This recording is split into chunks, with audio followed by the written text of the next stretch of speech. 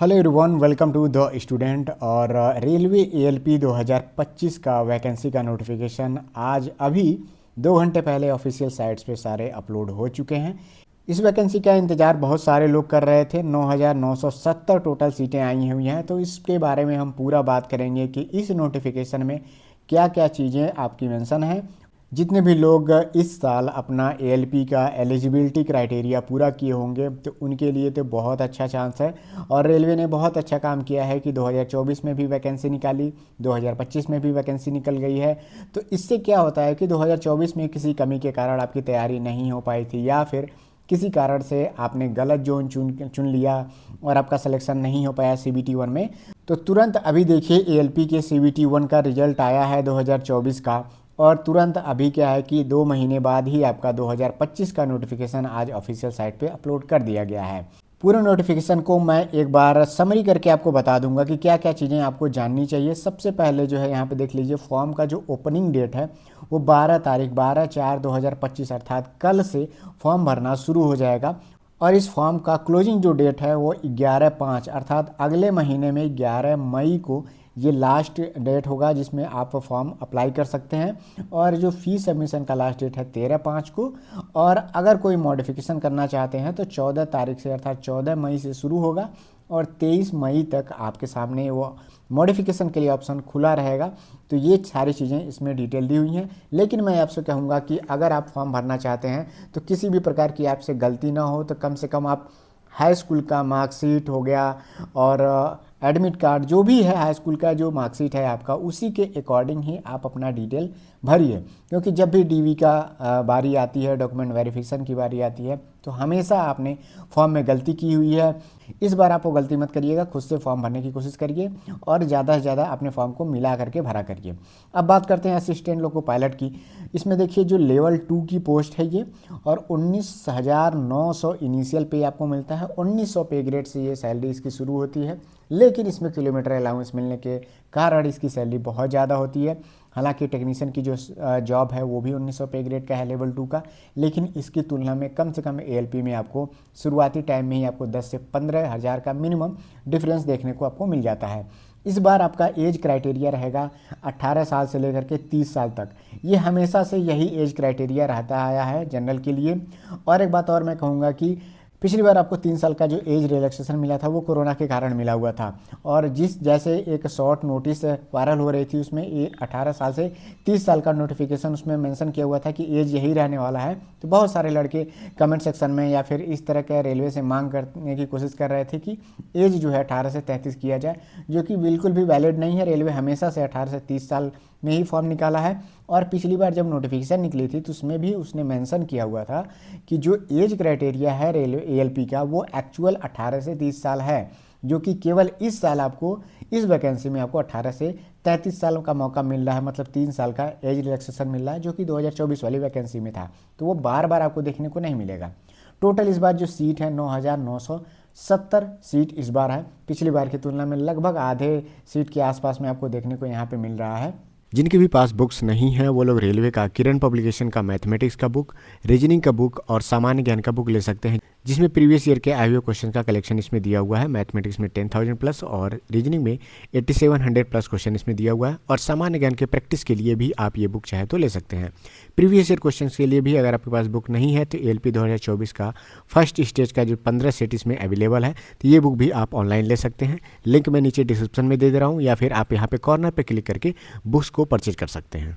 Second important point है यहाँ पे आपका मेडिकल को लेकर के। मेडिकल स्टैंडर्ड हमेशा यहाँ पे A1 मेडिकल स्टैंडर्ड होता है, जिसमें आपको डिस्टेंस विजन आपका 6/6 दोनों आँखों का विदाउट ग्लासेस होना चाहिए, विदाउट कोई सर्जरी, और फॉगिंग टेस्ट इसमें होता है।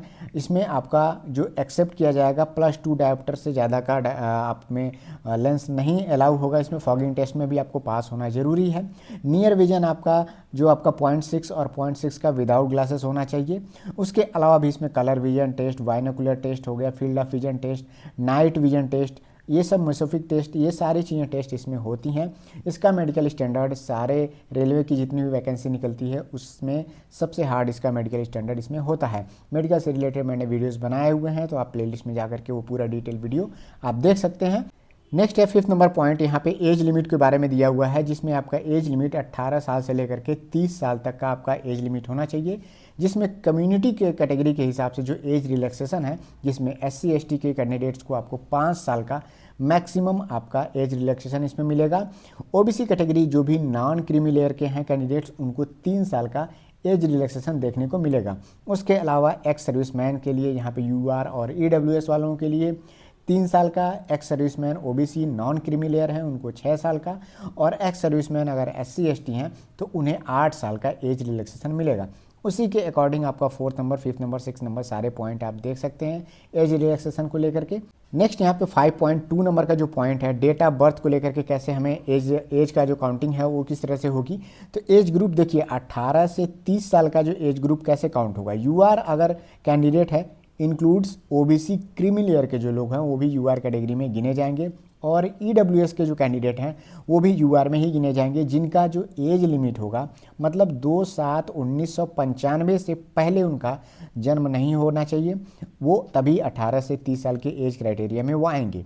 OBC नॉन क्रीमी लेयर के लिए जो 3 साल का रिलैक्सेशन मिल रहा है उसके अकॉर्डिंग उनका डेट ऑफ बर्थ 2/7/1992 से पहले का नहीं होना चाहिए। SC ST के जो कैटेगरी वाले जो स्टूडेंट हैं जिनका डेट ऑफ बर्थ 2/7/1990 से पहले का नहीं होना चाहिए।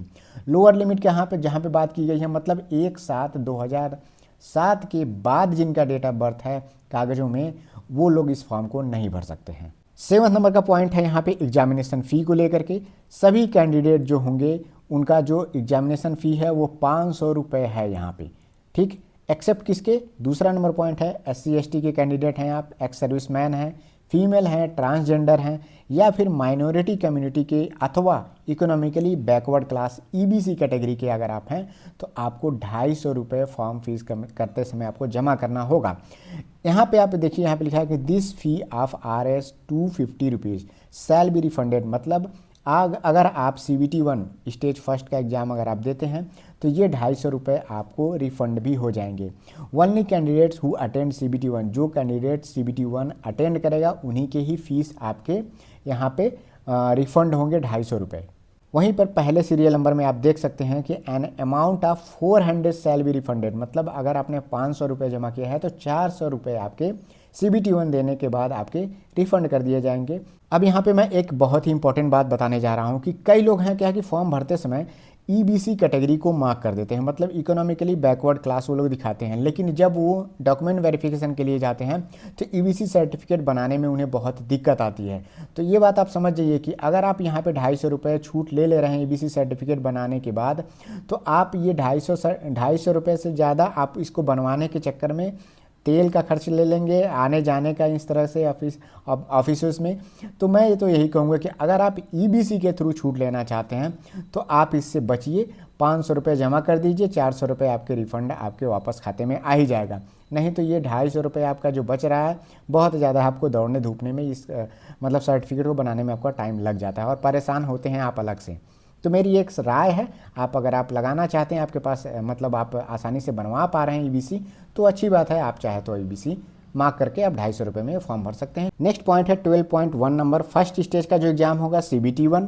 CBT 1 केवल जो है स्क्रीनिंग फॉर्मेट में होता है, मतलब ये केवल क्वालिफाइंग होता है। CBT 1 अगर आप क्वालिफाई करते हैं मतलब जितनी आपके जोन में सीट होती है लगभग वो मान के चलिए 15 गुना लड़कों को वो लोग CBT 2 के लिए बुलाते हैं। तो इसमें अगर आपको आना है तो CBT 1 में भी अच्छा स्कोर करना पड़ेगा। 60 मिनट का पेपर होता है, 75 क्वेश्चन आपके रहते हैं, 1 नंबर आपका सही होने पर मिलता है और 1/3 नंबर आपका क्वेश्चन गलत होगा तो आपके नेगेटिव मार्किंग इसमें होगी। सेम जब CBT 1 आप क्लियर कर लेते हैं, सिलेबस आप चाहे तो देख सकते हैं, मैथमेटिक्स में वही सिलेबस है, नंबर सिस्टम, बोर्ड मास, डेसिमल, फ्रैक्शन, ये सारे सिलेबस पहले से ही चलते आ रहे हैं, इसमें कोई चेंजेस नहीं है।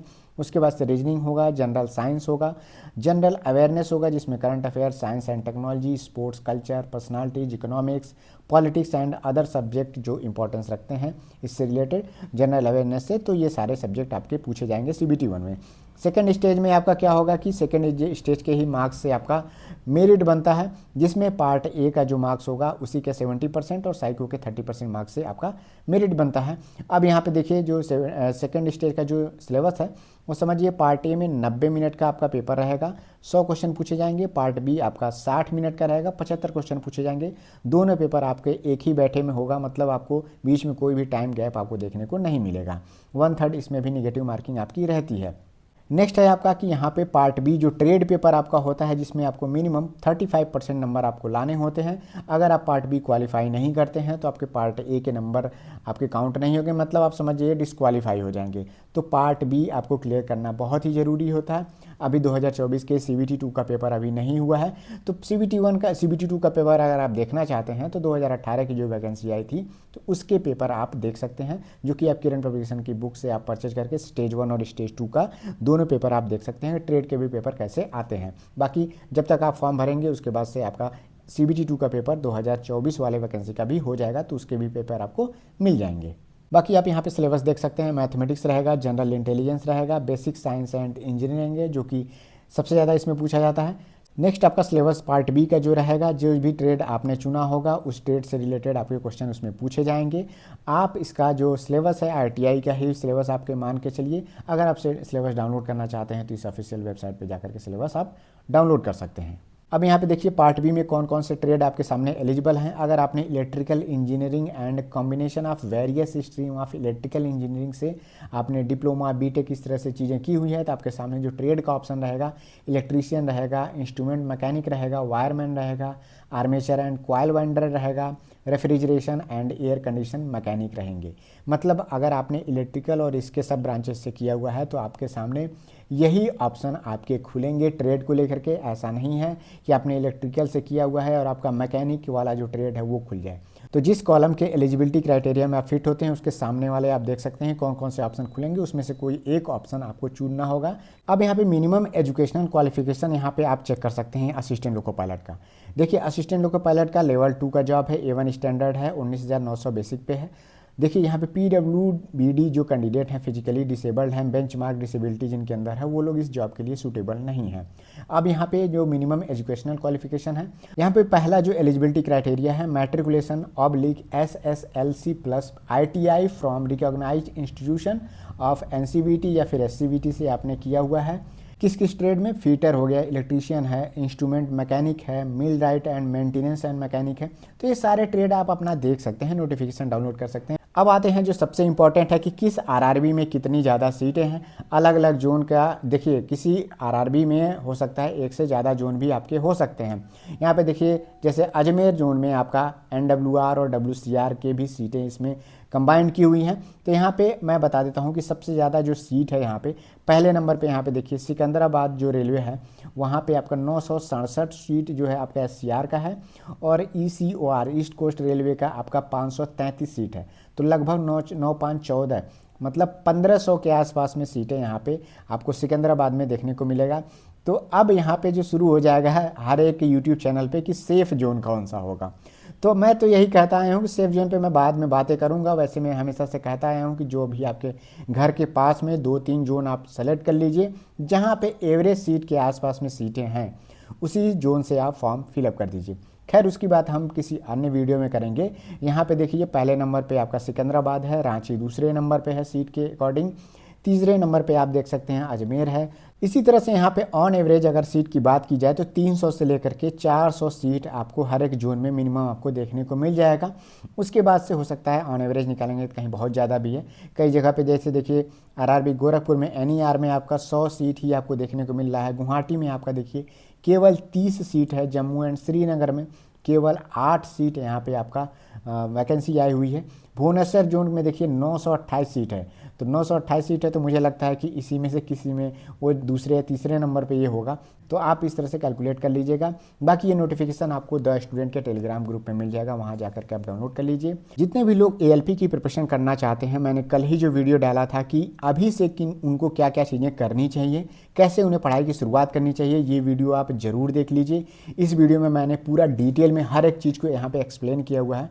तो जो लोग वो वीडियो नहीं देखे हैं, मैं पहले यही कहूँगा कि इस वीडियो के बाद उसको ज़रूर देखिएगा अगर आपका टारगेट 2025 वाले है तो। क्योंकि शुरू में आप नहीं समझ पाते हैं कि किस तरह से हमें जॉब की तैयारी शुरू करनी चाहिए। वो सारी चीज़ें मैंने उसमें बहुत ही अच्छे तरीके से बताया हुआ है। एक एक इस चीज़ को कैसे बुक्स खरीदना है, कैसे आपकी तैयारी की शुरुआत करनी है, क्या शुरू में पढ़ना चाहिए, क्या धीरे धीरे करके अपना कैसे पढ़ाई को बढ़ाना है, टेस्ट सीरीज कब देना है, सारी चीज़ें मैंने उसमें डिटेल में एक्सप्लेन किया हुआ है। तो 2025 की सबसे पहली जो वैकेंसी है रेलवे ने जारी कर दी है।